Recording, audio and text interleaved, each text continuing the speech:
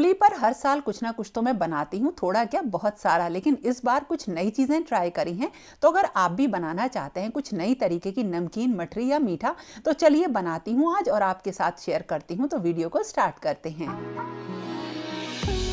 मैंने ना अपना सारा काम ऑलमोस्ट किचन का खत्म कर दिया है। लंच बना के रख दिया है, मतलब सब्जी बना के रख दी है। बस मुझे रोटी बनानी है, यानी मैं किचन से फ्री हूँ और घर के कामों से फ्री हूँ। और अब बनाने जा रही हूँ होली के लिए कुछ बहुत बढ़िया रेसिपीज, और खासकर ऐसी जिन्हें हम लंबे टाइम तक स्टोर कर सकते हैं। तो इसी तरह मैं बनाती हूँ। अभी एक हफ्ता बाकी है। तो पहले बनाऊंगी मैं कुछ मठरी वगैरह, कुछ नए स्टाइल में सोच रही हूँ। देखो क्या बनाऊंगी, किचन में जाके पता चलेगा। तो चलो सबसे पहले वीडियो शुरू करते हैं और बनाते हैं कुछ चीजें। मेरे पास ना ये एक बड़ी कढ़ाई है और कुछ बड़ी परात हैं। इनका ही यूज़ करती हूँ जब ढेर सारा सामान बनाना होता है। और इसके साथ जो मेरा किचन प्लेटफॉर्म है वो ज़्यादा गंदा ना हो, तो उसकी भी तैयारी कर लेती हूँ। तो ये एक स्टील का चॉपिंग बोर्ड लगा लिया और यहाँ पे कुछ जो मैट्स वगैरह होते हैं वो बिछा के मैंने तैयारी शुरू कर दी। तो सबसे पहले मठरी बनाएंगे, लेकिन जब मठरी बनाते हैं तो उसका आटा किस तरह से लगाएं वो बेसिक मैं आपको बता रही हूँ। और आटा जब हम लगाते हैं तो दो तरीके की मठरी का लगाते हैं। तो पहले मैंने चाय बना ली और अब शुरू करती हूँ। अगर नमकीन वाली मठरी का आटा लगाना है तो सिंपल मैदा लिया है और उसमें थोड़ा सा नमक, अजवाइन और पानी डाला। थोड़ा सा पानी बीच में जगह बना के डाल दिया है। और मोयन के लिए इसमें जो भी हम ऑयल या घी डालेंगे वो इसी पानी में डालिए, अच्छे से मिक्स करिए और फिर सब में मिला लीजिए। तो हमने 1 किलो जो मैदा ली थी उसमें 1 कप हमने मिलाया है जो कुकिंग ऑयल है। और मतलब बहुत ही ज़्यादा टाइट आटा हम इसका बना लेते हैं, जिससे मठरी बहुत अच्छी बनती है। तो ये मैंने लगाया है, 2 किलो आटा है और ये मैंने नमकीन मठरी के लिए लगाया है। अब इसी तरीके से अगर आपको कुछ मीठा बनाना हो तो क्या करें, तो बस कुछ नहीं, सारी चीज़ें सेम है। कुकिंग ऑयल 300 ml का मतलब 1 कप ही है, यानी 1 किलो मैदा में 1 कप कुकिंग ऑयल डाला। नमक भी नहीं डालेंगे और अजवाइन भी नहीं डालेंगे और टाइट इस तरीके से आटा बना लेंगे। तो सबसे पहले मैं बना रही हूँ मीठी मठरी, और इसके लिए ना एक घोल बना लिया है मैदे में कुकिंग ऑयल डालकर, और इसको अलग रख देंगे, इसका यूज़ करेंगे। और अब हमने जो मैदा लिया है या आटा लिया है वो मीठी मठरी वाला लिया है, यानी इसमें कोई अजवाइन नहीं है। तो एक पतली सी रोटी बनाई और उस पर ये लेप लगा लिया जो मैंने बनाया था घोल। और इसमें ना मतलब थोड़े से किनारे छोड़कर बीच में कुछ कट के निशान लगा लिए हैं, देखिए इस तरह से। फिर लंबाई में ही साइड से इन्हें उठाना है, इस तरह से मोड़ना है जैसा कि आप वीडियो में देख रहे हैं। और साइड्स पकड़ के थोड़ा सा इसको ट्विस्ट कर देना है, घुमा देना है इस तरह से, और फिर इनको आपस में जोड़ देना है। तो देखिए एक इस तरीके की शेप रेडी होगी। और इससे, क्योंकि हम मतलब एक मीठी चीज़ बना रहे हैं तो इसमें अजवाइन नहीं है आटे में, ध्यान रखिएगा। और बस अब हम इसी तरीके से इसे बना लेंगे। अब ये बना क्या रहे इसके बारे में मैं अगर आपको बताऊं तो ये एक तरीके की बालूशाही जैसी आप समझते हैं वो है। लेकिन इसमें ना बहुत ज़्यादा मोयन नहीं डालना पड़ेगा आपको, कोई बेकिंग सोडा नहीं डालना है, और ये बहुत आसानी से बन जाती है। तो इसे बिल्कुल धीमी आंच पर, बहुत लो फ्लेम पर हमको सेकना होता है। और जब तक ये ऊपर नहीं आ जाती हैं ऑयल में तब तक हम इसको नहीं छेड़ेंगे। और चाशनी बनाने के लिए आधा गिलास पानी में 1 गिलास चीनी डाल के, जैसे गुलाब जामुन की चाशनी होती है वो बना लेंगे। और इधर हम इसे सेक रहे हैं। जब ये ऊपर आ गई हैं तो थोड़ा सा इनको इस तरीके से चला दिया।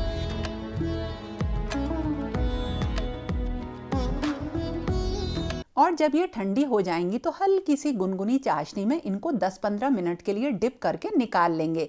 और हमारी बहुत ही ज़्यादा टेस्टी बालूशाही जैसी एक मिठाई तैयार है, जो कि खाने में भी बहुत ज़्यादा अच्छी लगती है। और सबसे अच्छी बात यह है कि ये बहुत दिनों तक चलती है। तो आप एक काम भी कर सकते हैं, इस तरीके की केवल मठरी बना के रख लीजिए और जब कभी भी आपको खानी हो उन्हें चाशनी में सोख करके निकाल लीजिए। ये काफ़ी दिनों तक चल जाती हैं, ख़राब नहीं होती हैं, मतलब महीने भर तक आराम से बाहर आप इन्हें रख सकते हैं।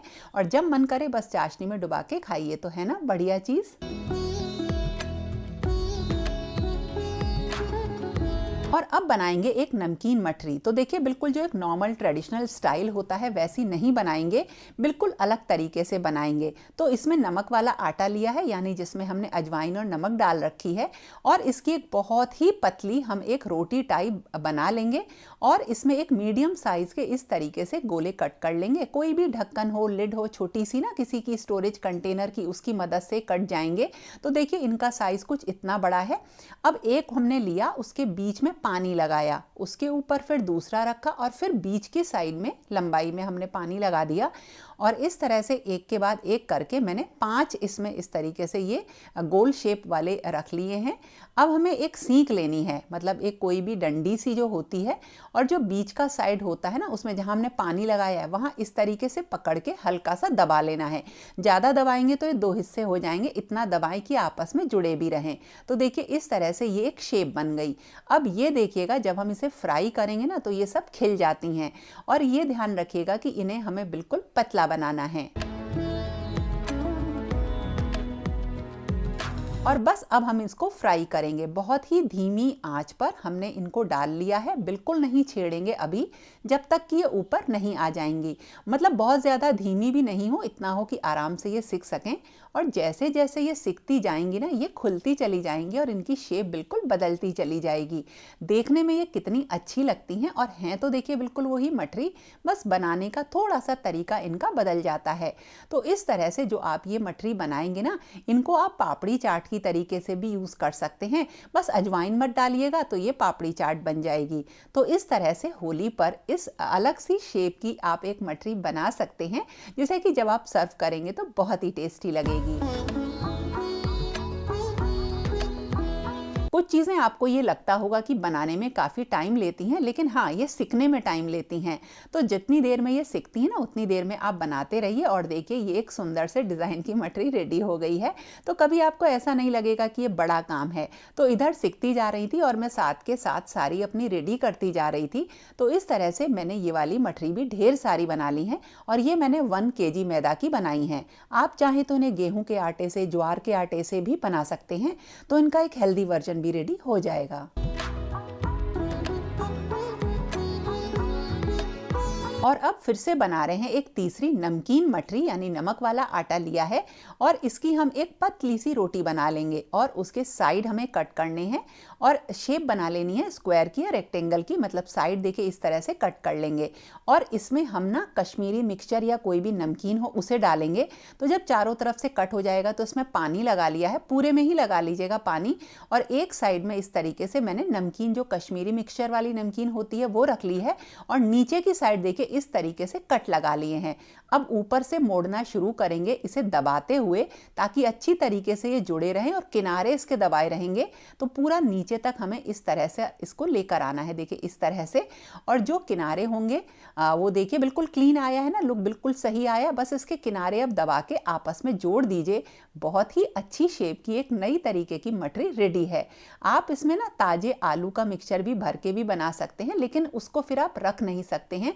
इसको तो आप बहुत महीने तक, मतलब 1 महीने तक आराम से रख सकते हैं। देखने में बहुत अच्छी लगती है और बनाने में बहुत ही आसान है। तो इस तरह से ये एक यूनिक नमकीन की जो मठरी होती है ना, उसकी रेसिपी भी आप ज़रूर नोट कर लीजिए और ट्राई करिएगा। और किनारों को अच्छी तरीके से, मतलब जो दोनों साइड थे उनको जोड़ दीजिएगा, नहीं तो उनके खुलने का डर रहता है। और पूरे में थोड़ा सा पानी लगाइएगा, जिससे ये बिल्कुल अच्छी तरीके से चिपकी रहती हैं। धीमी आंच पर हम इसको बिल्कुल उसी तरह से फ्राई करेंगे जैसे अब तक हम मठरी बना रहे हैं। और ये बहुत खस्ता, बहुत टेस्टी लगती हैं, देखने में बहुत अच्छी लगती हैं, और करण को तो ये बहुत ज़्यादा पसंद आई। तो है ना, एक बढ़िया डिज़ाइन वाली नई तरीके की मठरी, जिसे आप महीने भर तक स्टोर आराम से कर सकते हैं। अब ये मठरी तो हमने बना ली है, जो कि हमने कश्मीरी मिक्सचर से बनाई है। आप कोई भी नमकीन ले लीजिए, उसे थोड़ा सा कूट लीजिएगा। अब मैंने तो ना इस नमकीन से मैं समोसे भी बनाती हूँ, जो छोटे वाले होते हैं, वो भी बहुत अच्छे लगते हैं। तो उसको भी बनाना बिल्कुल आसान है। एक बार आपको बता देती हूँ। तो बिल्कुल पतली सी आप नमकीन वाले आटे की लोई बना लीजिए, मतलब रोटी बना लीजिए, कट करिए और इस तरीके से जैसे समोसे को चिपकाते हैं चिपकाइए। भरने का तरीका बताती हूँ। जो ये लाइन है ना जहाँ पे जुड़ते हैं, इसको आप अपनी तरफ रखिए, मिक्सचर को भर दीजिए। चारों तरफ इसमें अच्छी तरीके से पानी जरूर लगाइएगा, और इस लाइन वाले हिस्से को पीछे की तरफ बीच में से मिला दीजिए। देखिए सिर्फ बीच में से मैंने इसे मतलब जोड़ दिया है, दबा दिया है।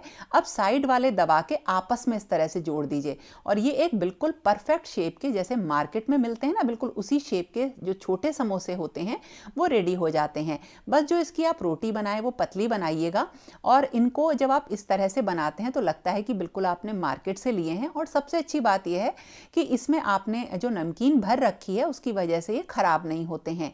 आप इनमें ताज़ा भी बना सकते हैं, कोई भी अपनी मनपसंद फिलिंग ले सकते हैं। और इनको तो मैं हर होली पर इसलिए भी बनाती हूँ कि लंबे टाइम तक चलते हैं। तो वैसे तो देखना मैं आज बना रही हूँ, होली तक ख़त्म ही हो जाते हैं। दूसरी, हमें कई जगह प्रसाद और भोग लगाना होता है, उसके लिए भी मैं इन सारी चीज़ों को बनाती हूँ। तो इस तरह से ये हो गई एक और नमकीन रेसिपी। तो आप भी ट्राई करिए ये छोटे यानी मिनी समोसे। और आप इनमें ना कोई भी दाल को भी भर सकते हैं। जैसे हम दाल की कचौड़ी बनाते हैं तो दाल को भिगो के और दरदरा सा पीस के हम उसे भून लेते हैं और फिर भरते हैं, बिल्कुल उसी तरीके से उसी दाल को आप इन छोटे समोसों में भी भर सकते हैं। तो ये एक बहुत ही अच्छी रेसिपी मेरी रेडी हो गई। एक और बहुत अच्छी रेसिपी है और वो है छोटे छोटे काजू बनाना। तो ये तो मैं हर साल बनाती हूँ। तो इसके लिए देखिए ये नमक वाला डो ले लिया है, टाइट है बिल्कुल, बस ये ध्यान रखिएगा ये डो आप जितना टाइट बनाते हैं ना मठरी उतनी ही खस्ता बनती हैं। और जो काजू बनाते हैं वो तो बहुत ही आसान होते हैं बनाने। तो उसके लिए कुछ नहीं, बस आपको ना दो तरीके से रोटी बनानी होती है, हल्की सी मोटी। और वो रोटी हम इसलिए बनाते हैं ताकि जो काजू के बीच में कट आता है वो कट आए। तो दो इस तरीके से बनाई, दोनों को एक के ऊपर एक रखा, थोड़ा सा इसको बेल लिया है। और आप किसी ढक्कन की मदद से, जो भी कोल्ड ड्रिंक का ढक्कन होता है ना उसकी मदद से इस तरह से कट लगाएंगे तो एक काजू की शेप कट हो जाती है। तो आधे में लगाइएगा, देखिए नीचे से काटना शुरू करें तो आधा खाली था, इस तरह से देखिए शेप आ जाती है काजू की, बिल्कुल रियल जैसे ये लगते हैं। तो ये भी मैंने देखिए ढेर सारे कट करके रख लिए हैं और इनको भी मैं फ्राई कर लूँगी। तो ये एक ऐसी रेसिपी होती है जो कि हमेशा ही मैं बनाती हूँ, देखने में अच्छे लगते हैं और इनका एक मसाला भी रेडी करते हैं जो कि गरम गरम जब ये होते हैं ना, जब हम इन्हें फ्राई कर लेते हैं तभी डालना होता है। तो इनको भी मैंने धीमी आंच पर देखिए फ्राई कर लिया है। मसाले के लिए कश्मीरी लाल मिर्च, चाट मसाला, अमचूर पाउडर, गरम मसाला और थोड़ा सा सादा नमक और काला नमक मिला लिया, भुना जीरा भी मिला लीजिएगा। मिक्स करिए और इसे डाल दीजिए इन्हीं जो आपने फ्राई किए हैं ना काजू, इनके ऊपर। जब गर्म हो तभी डालिएगा, तो इस तरीके से इनमें अच्छी तरीके से ये मिल जाते हैं। तो देखिए आसानी से बन गई ये मसाला काजू।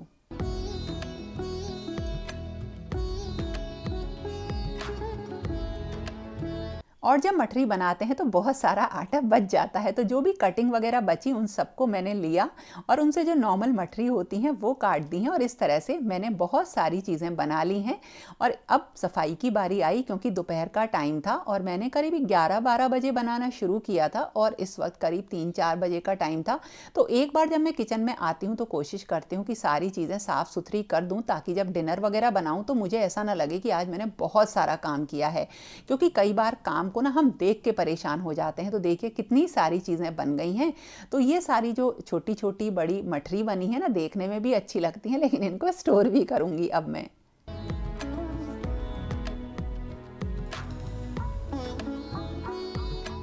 अब मैं देखो इनको दिखाती हूँ आपको तोड़ के कितनी क्रिस्पी बनी है। तो ये वाली मठरी तो बहुत ही अच्छी बनी, समोसे भी बढ़िया थे और इसके साथ जो मीठी वाली बनी है वो करण को बहुत पसंद आई। तो इस तरह से दोस्तों ये था मेरा होली का वीडियो जो कि मैं तैयारी कर रही हूँ। कैसा लगा ज़रूर बताना और अगर पसंद आए ना तो लाइक कमेंट शेयर करना बिल्कुल मत भूलना। और इसी तरीके से आप भी तैयारी कर लीजिए होली की, अभी से ये चीज़ें खराब नहीं होंगी। तो फिर मिलेंगे फिर से होली के किसी नए वीडियो के साथ, तब तक के लिए okay friends, thank you and bye bye.